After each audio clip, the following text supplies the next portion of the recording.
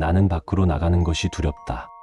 이것은 내가 은둔형 외톨이라거나 대인기피증이라거나 광장공포증 같은 병이 있어서도 아니고, 밖에 나가면 당장 내가 어떻게 될 수 있는 어떤 괴생명체나 재난이 도사리고 있어서도 아니다. 나는 밖을 나서는 순간부터 머릿속에 뭔가를 두고 오지 않았나 하는 생각이 끊임없이 떠오른다. 보통 이런 생각은 나뿐만 아니라 다른 사람들도 집이나 오래 머물던 곳을 떠나면 을에 떠올리곤 하는 생각이지만, 대부분의 경우 휘발성으로 잠시 떠올랐다가 사라지곤 한다. 하지만 나는 집 밖을 나서는 순간부터 다시 집 안으로 들어오기 전까지 끊임없이 이 생각이 떠오른 채로 떠나질 않는다. 그리고 그 생각은 내 머릿속 공간 한가운데에 떡하니 버티고 앉아 줄곧 나에게 불안과 초조함을 부추기며 나를 괴롭힌다. 내가 이런 괴롭힘에 시달리기 시작한 것은 꽤 오래된 일이었다. 어릴 적부터 괜히 생각 많고 안 해도 될 걱정을 사서 하는 성격이긴 했다. 다른 사람과 이야기할 때도 내가 한 말에 대해서 저 사람이 어떻게 생각할지 늘 걱정하기도 하고, 남들이 나를 어떻게 바라볼지 늘 궁금해했다. 어쩌면 지금의 내 증상도 이런 나의 성격에서 비롯된 증상일지도 모른다. 하지만 그렇다고 하기엔 이 증상은 이제 내 의지와는 상관없는 정도까지 다다랐다. 한 번은 집 앞 편의점에 가기로 마음먹고 나가기 전에 다른 건 다 두고 결제하기 위한 체크카드 하나만 챙겨서 나가기로 했다. 폰도 필요 없었고 지갑도 필요 없이 그저 카드만 가져가면 된다고 나 스스로 되뇌이면서 집 밖으로 나서자마자 머릿속이 급격하게 무언가로 차오르는 느낌이 들었다. 잠깐만, 너 지금 뭐 두고 온 거 아니야? 아니, 있어봐. 진짜 뭐 빼먹고 온 거 같다니까? 가스불 껐어? 아, 에어컨 풀로 켜두고 나왔지? 야야야, 너 전자레인지에 이상한 거 돌리고 나온 거 같은데? 이런 생각들이 말 그대로 집 밖을 나서는 첫 발걸음만에 마치 밀린 알람이 밀려오듯이 떠오르는 것이다. 그리고 내가 이 생각들이 내 의지와 상관없다고 한 이유는 이 모든 생각들에서 떠올린 말이 나가 아니라 너라는 것이다. 만약 내가 정말 다른 사람들이 느끼는 정도로만 빼먹은 감각을 겪었다면, 아, 내가 뭘 빼먹고 나왔던가 라고 생각하지, 야, 너 뭐 빼먹고 나온 거 아니냐 라고 생각하진 않을 것이다. 하지만 내 머릿속을 지금도 빽빽하게 채우고 있는 이 생각들은 온통 주체가 너인 것이었다. 이건 마치 내 머릿속에 누군가 정말 자리 잡고 있다가 집 밖을 나서는 걸 인지하는 순간 경고문을 난사하며 날 괴롭히는 느낌이었다. 그렇기에 난 나가는 것이 두려웠다. 내 머릿속에 무엇이 들어있는 건지는 모르겠지만 집 밖을 나설 때마다 날 괴롭히기 위해 던지는 생각들과 감각들이 너무 소름 끼쳤기 때문이었다. 덕분에 나는 자의 반, 타의 반, 집 안에만 처박혀 있을 수밖에 없게 되었고, 직업은커녕 일반적인 대인관계도 해낼 수 없었다. 이걸 다행이라고 부를 수 있을진 모르겠지만 어릴 적 돌아가신 부모님께서 남기신 유산이 제법 되었기 때문에 집에만 있더라도 부족하지 않은 삶을 살 순 있었다. 집 자체도 고층에 경치도 나쁘지 않은 위치에 있었고, 배가 고프거나 뭔가가 필요하면 배달이나 택배로 해결할 수 있었다. 인터넷에서 흔히 떠돌곤 하는 에서 일주일 버티면 억 같은 챌린지를 나는 현실에서 평생을 하고 있는 셈이었다. 어쩌면 이런 삶 자체에 적응되고 있는 것처럼 보였던 나에게 최근 문제가 하나 생겼다. 어차피 집 밖으로 나가지도 못하던 내가 할 일 없이 인터넷을 떠돌다 모 펜팔 사이트를 알아버린 것이었다. 그리고 그 펜팔 사이트에서 펜팔을 주고받던 여자가 있었다. 영국인이었고 나보다 3살 어렸다.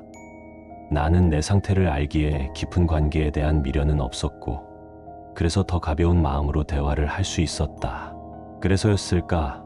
어떤 목적을 가지고 나눈 맹목적인 대화가 아니었기에 우리는 빠르게 경계심을 풀고 급속도로 가까워졌다. 그녀의 이름은 앤이었다. 그리고 그녀의 직업은 심리학자였다. 그랬다. 어쩌면 그녀의 직업이 우리를, 아니, 내가 그녀에게 급속도로 관심을 가지게 된 계기였을지도 모르겠다. 나는 그녀와 가까워지고 얼마 지나지 않았을 때부터 내 상태를 이야기해주기 시작했다. 지금의 내 상태는 아마 그녀의 직업적 호기심을 불타오르게 할 소재였을 것이다. 실제로도 그녀는 내가 내 얘기를 해준 후부터 끊임없이 많은 것을 물어왔다. 언제부터 그랬는지, 주로 어떤 생각이 떠오르는지, 나는 그럴 때 어떻게 그것을 감내하는지 같은 것들. 나는 그녀에게 가감없이 모두 말해주었다. 지금 생각해보니 나 역시도 그녀가 심리학자라는 것에 대해 어떤 일말의 희망을 가지고 있었는지도 모르겠다. 어쩌면 그녀가 이런 내 증상을 치유해 줄 수 있을지도 모른다는 희망. 그러던 어느 날 그녀가 나에게 메일 하나를 보냈다. 그 메일은 늘상 오던 펜팔 메일처럼 인사말로 시작해 내 증상에 호기심을 갖는 말, 증상뿐만 아니라 나 자신에게도 흥미가 있다는 말 등이 있었지만 메일에서 내 눈을 사로잡은 것은 마지막 줄의 한 문장이었다. So, I'm thinking of going to Korea to meet you. 그녀가 나를 만나러 오겠단다. 나의 이런 증상이 아무래도 그녀의 직업정신을 제대로 자극한 것 같아 기분이 좋아야 할지 나빠야 할지 혼란스러웠다. 그렇다고 거의 유일하다시피 한 정상적인 대인관계를 이어오고 있는 사람에게 거절했다간 이 관계마저 사라질 것이 두려웠던 나는 그저 오케이, I can't wait 라고 보낼 수밖에 없었다. 3주 후 그녀에게서 다시 메일이 왔다. 내일 한국행 비행기를 탈 거라며 한국에 오고 나면 메일을 보내는 것이 번거로울 수 있으니 나에게 휴대폰 번호를 알려달라고 했다.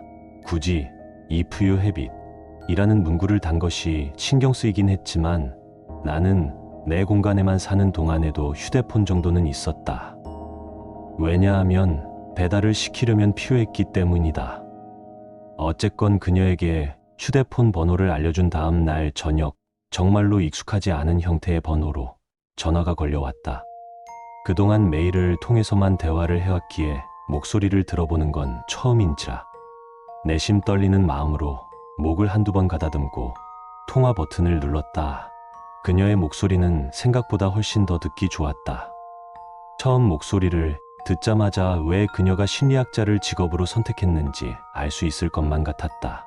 통화를 할수록 휴대폰 스피커 너머로 들려오는 그녀의 목소리에는 듣는 상대를 안정시키는 보이지 않는 어떤 힘이 깃들어 있는 것처럼 느껴졌다. 나는 그녀에게 마음 같아선 공항에서 그녀를 맞아주고 싶었지만 그러지 못해 미안한 마음을 전했다. 그러자 그녀는 자신은 나의 상태를 이해하고 또 자신은 그런 것에 크게 신경 쓰지 않으니 너무 마음 쓰지 말라고 답하였다. 그녀의 배려 깊은 답변에 고마운 마음이 들었지만 한편으로는 내 특유의 성격적 해석으로 그녀가 날 환자 취급하는 건가 라는 말도 안 되는 생각이 잠깐 스치기도 했다. 그렇게 그녀가 한국에 온 첫날부터 우리는 꽤 오랫동안 통화를 했다. 그리고 밤을 지새우며 이어진 긴 통화의 마무리는 그녀가 우리 집으로 오기로 한 것으로 끝났다. 이것은 생각보다 나에게 꽤 커다란 이슈였다. 살면서 평생 한 번도 친구라는 걸 가져본 적 없었기 때문에 누구를 집에 초대해 본 적도 없었다. 그런데 내가 펜팔로 만난 유일한 그 친구가 내 집에 최초로 오게 된 것이다. 게다가 그 친구는 다름 아닌 여자였다. 처음 맞아보는 손님이었기에 뭘 어떻게 준비해야 할지 몰랐다. 허겁지겁 인터넷에 집으로 초대한 친구를 맞이하는 방법을 검색해서 드문드문 정보를 얻기 시작했다. 밤중에 뭐에 홀리기라도 한 것처럼 집으로 초대해버렸기에 뭘 미리 사두거나 할 수도 없었다. 아쉬운 대로 배달앱을 뒤져 가장 맛있어 보이는 양식 메뉴를 골라 여러 개 주문해 두었다. 그녀는 해가 질 무렵 집에 도착했다.